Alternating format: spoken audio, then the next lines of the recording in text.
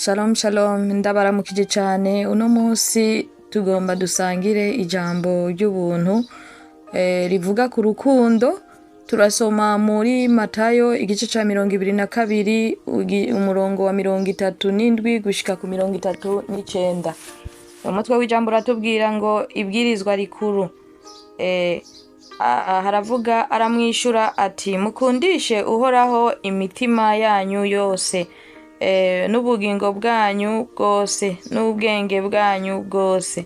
Iryo niryo rihambaye rya mbere. Hari n'irindi rya kabiri rimeze nkaryo, niri mukunde bagenzi banyu nk'uko mwikunda. Yesu ashimwe cyane. Nukuvuga aha duhamagarirwa gukurikiza ibwirizwa rikuru. Amabwirizwa yose dufise akoranirijwe muri rimwe. Ni waba ukunda umuntu ntuzokwiyumvira kumugirira nabi, ni waba ukunda mugenzi wawe ntuzokwiyumvira kumwipfuriza ikibi, eka ndetse uzomubabarira kuko urukundo kenshi rujana n'imbabazi.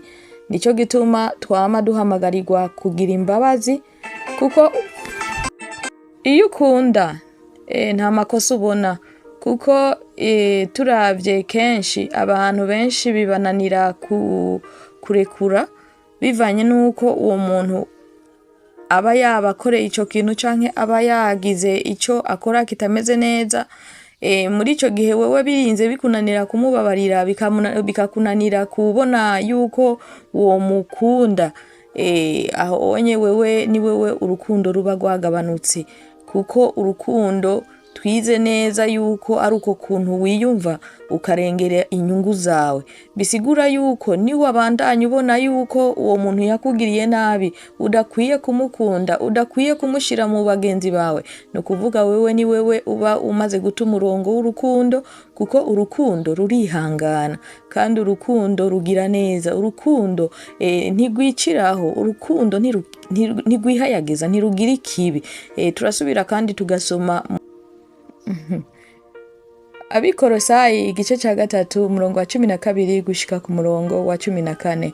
Haravuga nuko rero nk'uko bibereye abatoranijwe n'Imana bera bakundwa nayo, mwambara umutima w'ikigongwe n'ineza no kwicisha bugufi no gutekereza no kwihangana, mwihanganirana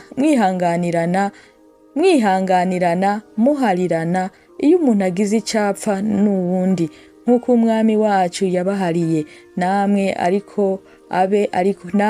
abe ariko muharirana. Murumva ko ngahanye ijambo ry'urukundo riragaruka. Mu bisanzwe gukunda kenshi biri kumwe n'imbabazi. Ntushobora kuvuga ko ukunda umuntu udashobora kumubabarira, kandi uzorabe kenshi umuntu ukunda ni wakubabaza, umuntu ukunda ni wazana ico kintu nyene kica gituma wumva kumenga wobiheba.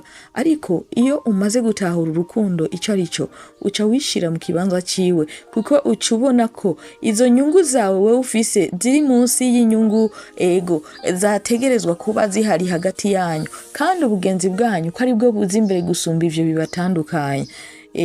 Murakoze cyane, mwarahezagiwe. Shalom.